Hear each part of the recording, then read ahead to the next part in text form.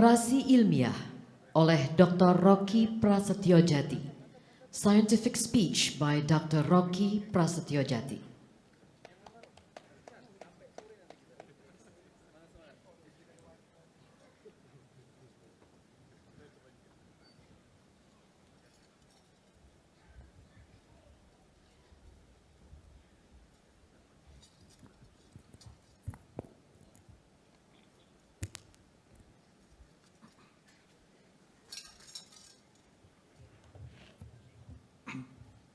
Bismillahirrahmanirrahim.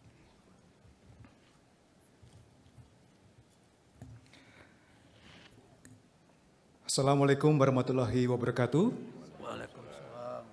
Salam sejahtera bagi kita semua. Salam Om Swastiastu, Namo Buddhaya, salam kebajikan dan salam budi luhur. Yang saya hormati Kepala Lembaga Layanan Pendidikan dan segenap fungsionaris Yayasan Pendidikan Budi Luhur Sakti. Yang saya hormati Ketua dan anggota Senat Universitas Budi Luhur, para guru besar Universitas Budi Luhur, yang terhormat pimpinan Sivitas Akademika dan keluarga besar Universitas Budi Luhur, para orang tua wali dan keluarga wisudawan dan wisudawati, para undangan dan hadirin, dan tentu saja yang saya hormati para wisudawan, wisudawati yang berbahagia. Saya turut bangga dapat berdiri di atas panggung ini membersamai wisudawan dan wisudawati yang tentu pada posisi emosi yang membanggakan, mengharukan. Saya juga merasa terhubung dengan perasaan yang sedang dirasakan oleh para wisudawan dan wisudawati saat ini. Saya yakin momen ini akan menjadi kenangan yang tidak terlupakan dan akan menjadi bagian dari scene dari potret atau film kehidupan Anda semua. Sivitas Akademika, para wisudawan, wisudawati, serta hadirin yang berbahagia. Dalam kesempatan orasi ilmiah ini saya ingin memaparkan sebuah ulasan yang merupakan hasil dari refleksi mendalam serta bagian dari perjalanan penelitian saya, yakni mengenai peran kolaboratif, kreatif, dan kekuatan komunitas. Dalam kurun waktu hampir 1 dekade ini, perjalanan penelitian saya yang saya jalani termasuk pelaksanaan tugas Tridharma yang saya tekuni tidak dapat dipisahkan dari kontribusi kolaboratif yang kreatif berasal dari komunitas. Bahkan jika saya mengingat kembali ke masa saat saya menempuh pendidikan S1, seperti sebagian dari Mbak dan Mas yang hadir saat ini, saya telah terlibat dengan berbagai komunitas sejak saya kuliah. Saat itu salah satu komunitas yang saya ikuti adalah komunitas radio kampus, yang mungkin terlihat sepele dan dianggap remeh oleh sebagian, dianggap sebagai entitas kecil yang tidak layak mendapatkan perhatian yang serius. Namun demikian, saya teringat betul bagaimana dosen-dosen mengajak saya untuk berperan aktif dalam pengembangan radio komunitas kampus, atau setidaknya memberikan dukungan moral kepada para pengelolanya. Dan pengalaman ini merupakan pengalaman yang penuh makna bagi saya. Komunitas dapat didefinisikan sebagai kelompok sosial individu yang memiliki karakteristik, identitas budaya, minat, dan tujuan yang sama, kebersamaan, dan berinteraksi satu sama lain. Dalam pandangan Stuart Hall dan Benedict Anderson, identitas budaya dipandang sebagai konstruksi sosial yang dinamis, bukan sebagai entitas yang tetap dan esensial. Komunitas yang saya amati dan observasi menunjukkan aktivitasnya untuk tujuan bersama, bukan untuk keuntungan individu atau bahkan fokus pertimbangan ekonomi individu. Komunitas ini lebih mewakili sebagai potret kelompok masyarakat yang memiliki komitmen bersama dengan visi dan misi yang telah ditetapkan bersama sebelumnya. Saya masih jelas teringat ketika saya awal memulai karier sebagai tenaga pengajar atau dosen, aksi pertama saya yaitu adalah mendukung dan mengiringi pergerakan komunitas mahasiswa yang bersifat independen. Terlepas saat itu bahwa di dalam kampus telah terdapat organisasi mahasiswa yang eksis seperti BEM, Badan Eksekutif Mahasiswa, dan juga HIMA, Himpunan Mahasiswa, khususnya sebagai bagian dari program pencarian pemimpin masa depan. Saya merasa pada saat itu tetap diperlukan keberadaan komunitas mahasiswa yang berfungsi sebagai playground bagi mereka, seperti komunitas film, komunitas radio, televisi, online media, komunitas game, komunitas animasi, dan aktivitas kreatif lainnya. Saat ini di kampus Universitas Budi Luhur telah terdapat beragam komunitas yang diakui, baik secara otonom ataupun bergerak independen yang memiliki dampak signifikan untuk pengembangan skill mahasiswa. Kita juga mengenal berbagai unit kegiatan mahasiswa atau UKM yang melalui semangat komunitasnya berperan aktif dalam berkelompok dan mencapai tujuan bersama. Komunitas mahasiswa dan playground. Saya memandang bahwa di samping berpotensi mendukung prestasi akademis, mahasiswa akan mendapatkan pengalaman dan nilai tambah. Melalui peran aktif dalam komunitas, mereka dapat belajar bersama, berkolaborasi, meninggalkan ego sektoral, dan mau bersama-sama berembuk untuk tujuan bersama.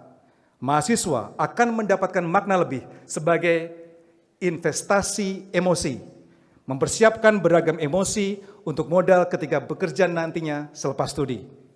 Saat ini program-program tersebut mulai mendapatkan pengakuan resmi melalui program Merdeka Belajar, Kampus Merdeka dari Kementerian Pendidikan, Kebudayaan, Riset, dan Teknologi. Mahasiswa diberikan kebebasan untuk berekspresi dan membuktikan kemampuan mereka.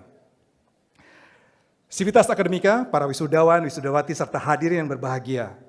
Dalam perjalanan penelitian saya di dalam sebuah komunitas budaya di Klaten, Jawa Tengah, saya merasakan sendiri bagaimana tingginya semangat guyup di antara anggota kelompok masyarakat tersebut.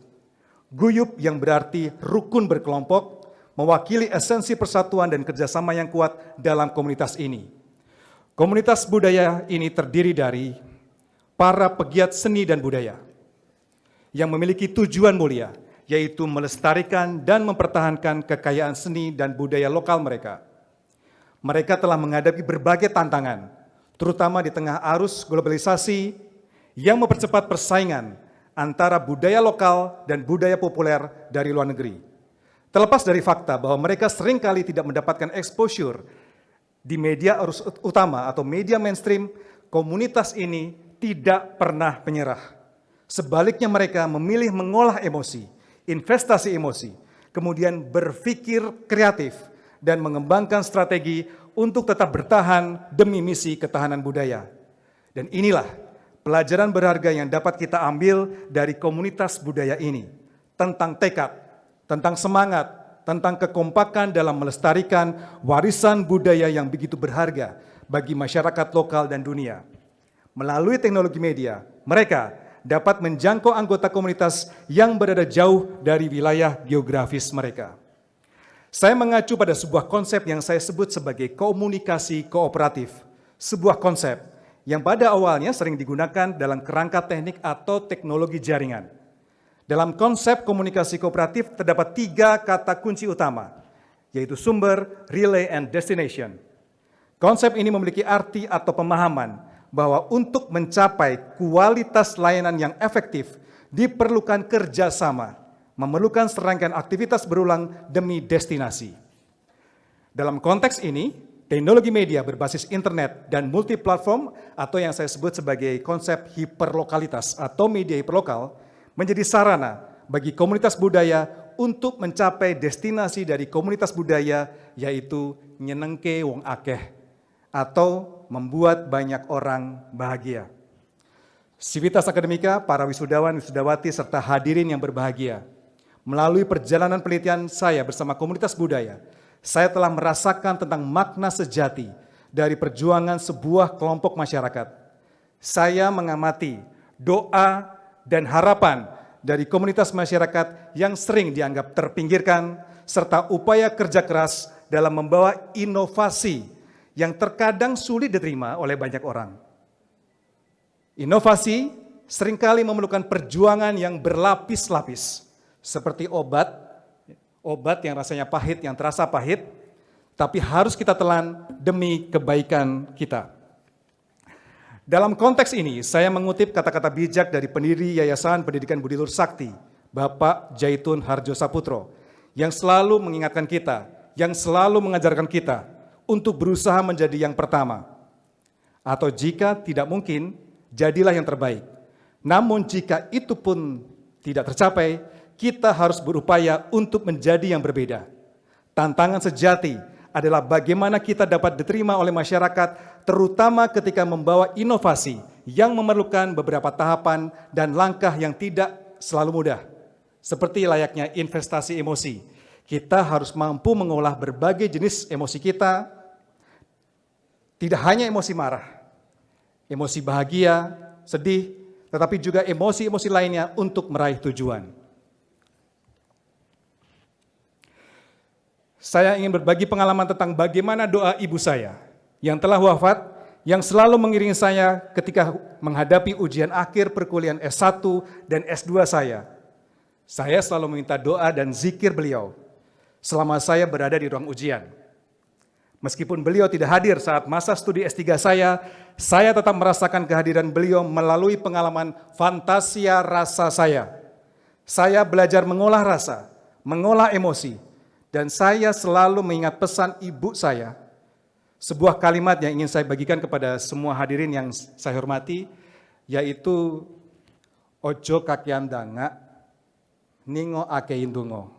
Yang berarti, janganlah terlampau banyak mendongak ke atas dengan arti sombong dan memamerkan apa yang kita miliki, tetapi lebih penting lagi, teruslah berdoa dan berharap.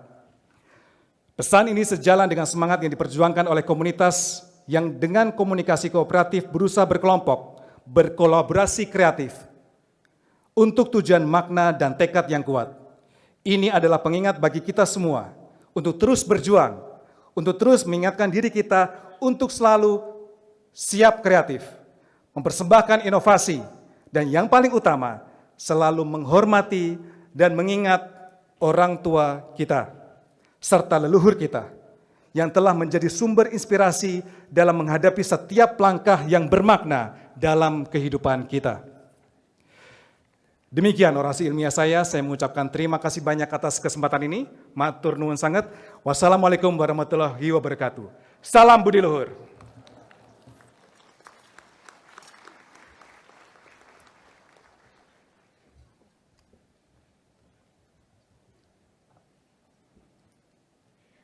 Pembacaan surat keputusan Rektor Universitas Budi Luhur berkaitan dengan wisuda semester genap tahun akademik 2022-2023 oleh Melia Fajrin, SECOM. Ladies and gentlemen, the Rector's decree concerning with the graduations